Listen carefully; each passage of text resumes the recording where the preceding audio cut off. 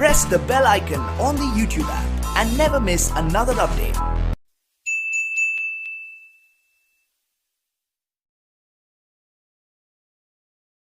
Hello viewers, welcome to Raju Sen Gupta classes. मैं रश्मि। आज का जो चैप्टर है वो है कॉन्सेप्ट ऑफ कॉस्ट। जैसा कि आप लोगों को दिख रहा है या लिख दिए है, कॉन्सेप्ट ऑफ कॉस्ट। कॉस्ट का क्या मतलब होता है?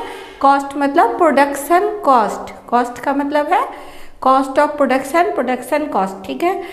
क्या होता है, जब भी कोई फर्म कोई चीज़ का प्रोडक्शन करता है तो किस किस चीज़ का यूज़ करता है? Raw materials and factors of production का यूज़ करता है।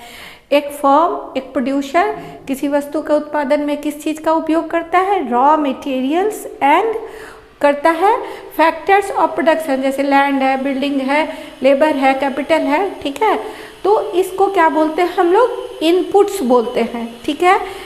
बता दे रहे हैं एक फर्म किस चीज़ का यूज करता है? Raw materials plus factors of production. ठीक है। प्रोडक्शन जिसमें आपको क्या आ गया? Land, building, capital, labour. ठीक है। ईटीसी कर दे रहे हैं। इसको हम लोग क्या बोलेंगे? इनपुट। ठीक है। इनपुट्स। ठीक। इसी इनपुट से हम लोगों का क्या निकल रहा है? जो प्रोडक्शन हो रहा है उसको क्या बोलेंगे? आउटपुट। ठीक है। जो प्रोडक्शन हो रहा है उसको हम लोग क्या बोलेंगे? आउटपुट। और raw materials, factors of production को इनपुट। इस इनपुट पे जो भी खर्च किया जाता है, expenses incurred on these inputs is called cost of production। ठीक है।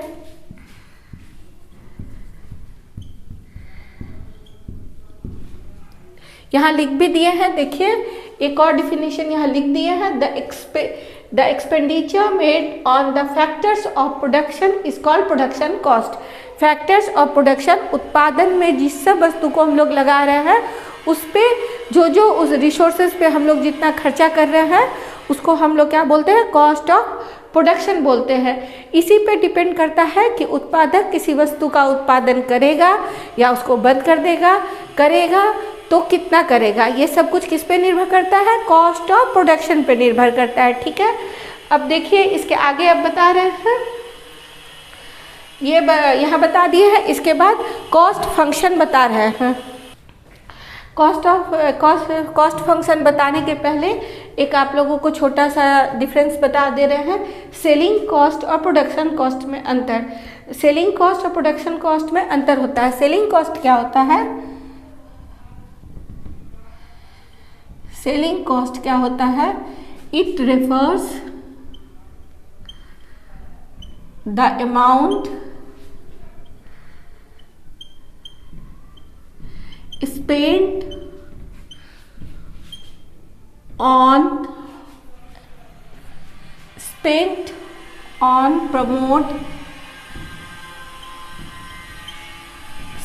to promote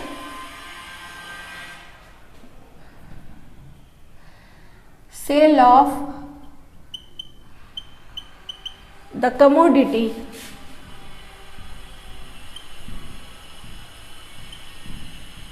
किसी वस्तु के बिक्री को जो प्रभावित करने के लिए हम लोग जो खर्चा करते हैं, इसकी बिक्री को प्रमोट करने के लिए जो हम लोग खर्चा करते हैं उसको सेलिंग कॉस्ट बोलते हैं। It refers the amount spend to promote sale of the commodity. और प्रोडक्शन कॉस्ट क्या है?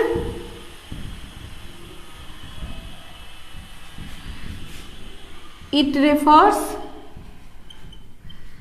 The amount spent on the factors of production। ठीक है, दोनों का अलग अलग लिख दिए हैं। सेलिंग कॉस्ट क्या है? Amount spend to promote the sale of the commodity. और प्रोडक्शन कॉस्ट क्या है? It refers the amount spent on the factors of production. ठीक है, अब बता रहे हैं कॉस्ट फंक्शन। कॉस्ट फंक्शन क्या है? ये एक फंक्शनल रिलेशनशिप है between cost and factors of production. ये क्या है? फंक्शनल रिलेशनशिप है between cost and factors of production. यहाँ लिख दे सकते हैं, it is the functional relationship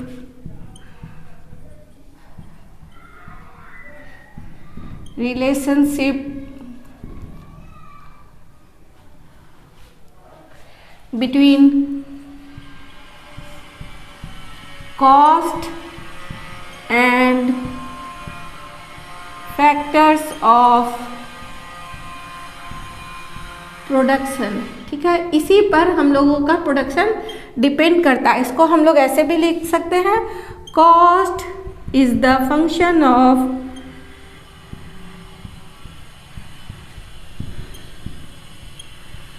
production.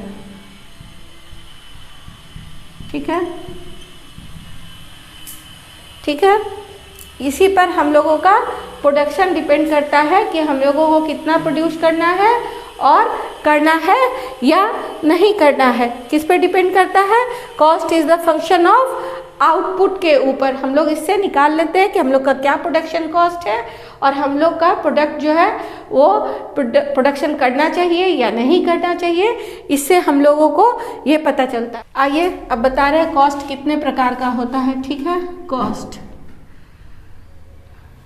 इसमें मनी कॉस्ट,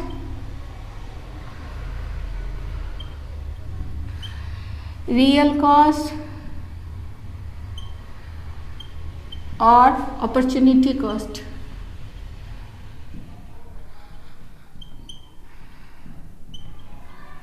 ठीक है, मनी कॉस्ट 3 तरह का होता है, एक्सप्लिसिट कॉस्ट, इम्प्लिसिट कॉस्ट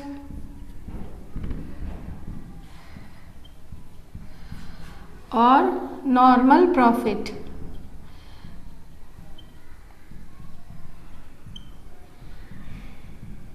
ठीक है, देखिए इसके बाद अब आते हैं हम लोग मनी कॉस्ट में। बारी बारी से एक ठो पढ़ेंगे। Money cost,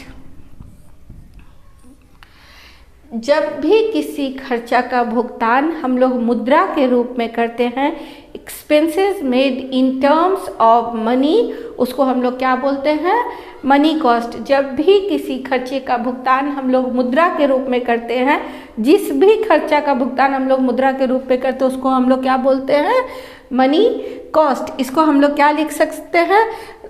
all monetary expenditure made by the producer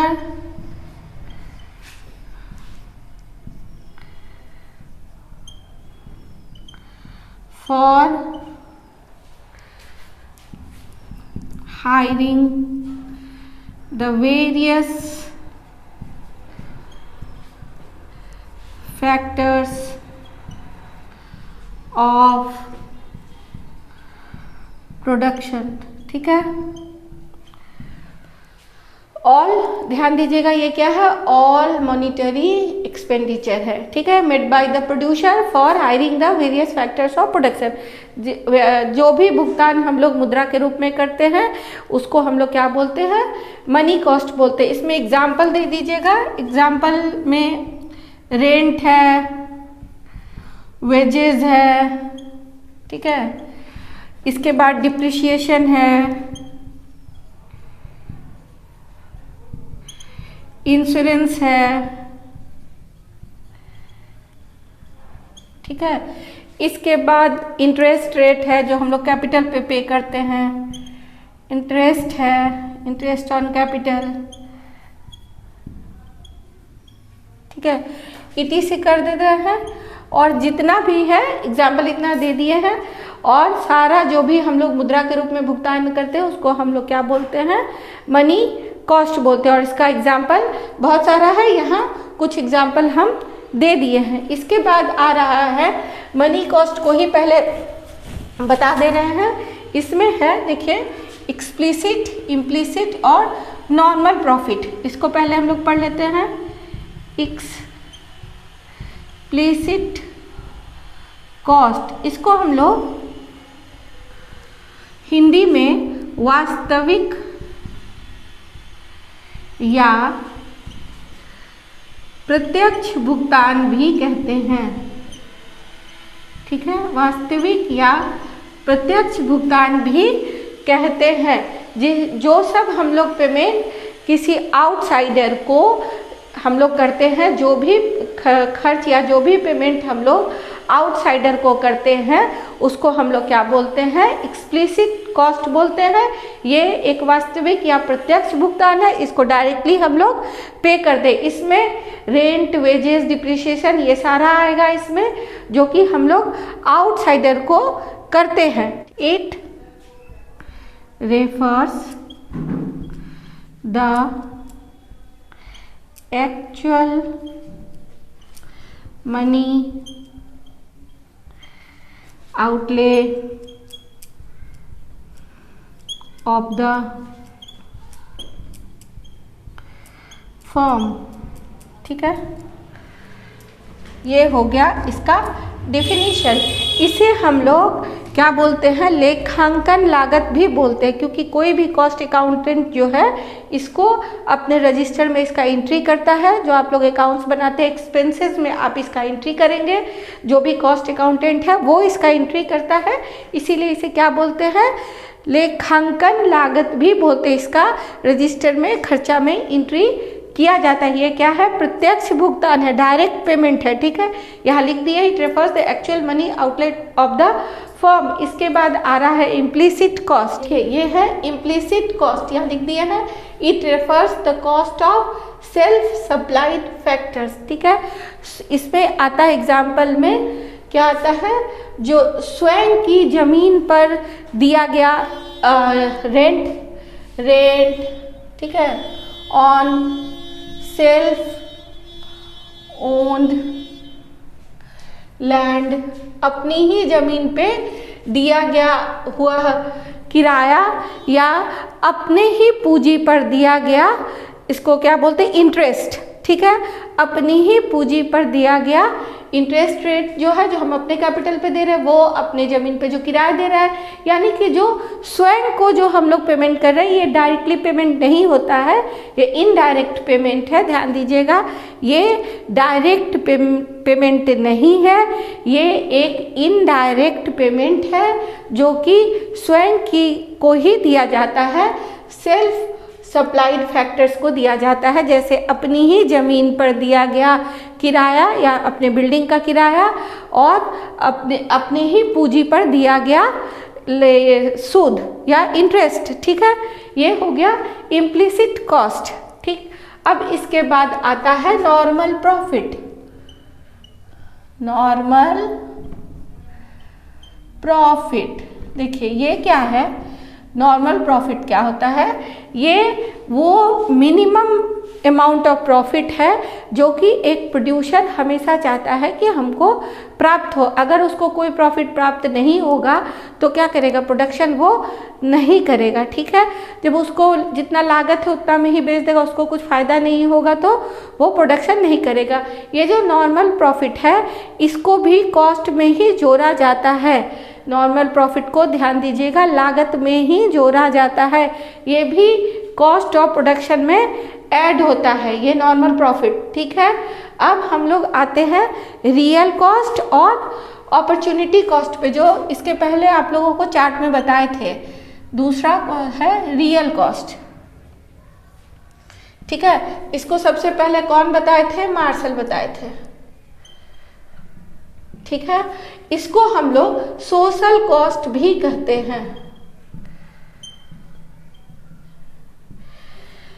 किसी वस्तु का प्रोडक्शन में समाज को भी जो कुछ डिफरेंसेस या जो कुछ नुकसान सहना पड़ता है उसको हम लोग क्या बोलते हैं, रियल कॉस्ट बोलते हैं। इसको सबसे पहले कौन बताए थे, इसको मार्शल बताए थे। ठीक है, थर्ड आता है अपॉर्चुनिटी कॉस्ट। अपॉर्चुनिटी कॉस्ट ये क्या है, जब हम लोग किसी वस्तु का उत्पादन करते हैं, जब हम लोग प्रोडक्शन करते हैं तो फैक्टर्स को यूज़ करते हैं, सारे रिसोर्सेज को यूज़ करते हैं। तो उससे क्या होता है, जो हम लोग उससे और दूसरा काम कर सकते थे उस काम का त्याग करना पड़ रहा है। ठीक है, तो इसको हम लोग क्या बोलते हैं, अपॉर्चुनिटी कॉस्ट बोलते हैं। किसी रिसोर्सेज को यूज़ करने पर जो हम लोग बाकी का उसका यूज़ का त्याग कर रहे हैं उसको हम लोग क्या बोलते हैं, अपॉर्चुनिटी कॉस्ट बोलते हैं, या इसको नेक्स्ट बेस्ट अल्टरनेटिव भी कहा जाता है। ध्यान दीजिएगा, इसको नेक्स्ट बेस्ट अल्टरनेटिव यूज़ भी कहा जाता है। इसको एक एग्जांपल से हम लोग अच्छे से समझ सकते हैं। इसको कैसे समझ सकते हैं कि मान लीजिए अगर हमको एक नौकरी हो जाए तो एक जगह मान लीजिए हमको टीचिंग का जॉब मिल जाए जहां हमको 10,000 रुपया पेमेंट हो। ठीक है, इसे समझ लीजिए, मान लीजिए फर्स्ट जॉब में मेरा पेमेंट 10,000 है। ठीक है, कोई भी जॉब है, फर्स्ट जॉब जो मेरा है उसमें मेरा 10,000 पेमेंट है। सेकंड जॉब में मेरा 8,000 पेमेंट है। ठीक है, और जो थर्ड जॉब है उसमें हमको 6,000 का पेमेंट मिल रहा है पर मंथ। ठीक है, ये फर्स्ट से 10,000 मिल रहा है, सेकंड से 8,000, थर्ड से 6,000। तो हम अगर ये 10,000 वाला जॉब ज्वाइन करते हैं, मेरा नेक्स्ट बेस्ट अल्टरनेटिव क्या था, 8,000 था। यानी कि इसके चलते हमको इसका क्या करना पड़ रहा है, त्याग करना पड़ रहा है, सेक्रीफाइस करना पड़ रहा है। तो यही जो है मेरा 8,000 रुपया मेरा अपॉर्चुनिटी कॉस्ट है। ये 8,000 रुपया जो है ये मेरा अपॉर्चुनिटी कॉस्ट है, जिसको हमको त्याग करना पड़ रहा है। किसके लिए, 10,000 रुपया के लिए हम किसका त्याग कर रहे हैं, 8,000 का। ठीक है, तो ये मेरा नेक्स्ट बेस्ट अल्टरनेटिव, मेरा यही जॉब है ना, इसके बाद नेक्स्ट बेस्ट अल्टरनेटिव, तो इसको हम लोग बोलते हैं अपॉर्चुनिटी कॉस्ट। देखिए एक डिफिनीशन लिख दिए हैं ये अपॉर्चुनिटी कॉस्ट का। Opportunity cost of a factor refers to its value available in its next best alternative use. ठीक है, ये लिख दिया। और एक क्वेश्चन यहाँ देखिए दे दिए हैं शॉर्ट में, ये कभी कभी पूछ देता है, एक्सप्लिसिट कॉस्ट और इम्प्लिसिट कॉस्ट में क्या डिफरेंस है। ठीक है, इसका लिख दिए हैं, it is money expenditure incurred by a firm in hiring factors for production. ये फर्म के द्वारा दिया गया आउटसाइडर को जो पेमेंट होता है, ये उसको हम लोग क्या बोलते हैं, एक्सप्लिसिट कॉस्ट बोलते हैं। ठीक है, और इम्प्लिसिट कॉस्ट क्या है, it is not money expenditure. ठीक है, it is not money expenditure, it is the cost of factors owned by the firm itself. ठीक है, जो स्वयं को किया गया भुगतान है और ये आउटसाइडर को किया गया भुगतान है। ध्यान दीजिएगा, ये स्वयं को किया गया भुगतान है और ये आउटसाइडर को किया गया भुगतान है। It is shown in the books of accounts, जो भी बताए थे, इसीलिए इसको लेखांकन लागत भी कहते हैं, क्योंकि इसे बुक्स ऑफ अकाउंट्स में लिखा जाता है। और it does not inter in the firms books of account, it does not inter in the firms books of accounts. तीसरा क्या है, इट इज पेमेंट कॉन्सेप्ट है, जो हम आउटसाइडर को करते हैं। और इट इज क्या है, रिसिप्ट कॉन्सेप्ट, क्योंकि जब कोई भुगतान हम स्वयं को करते हैं तो क्या हुआ, वो रिसिप्ट हुआ ना।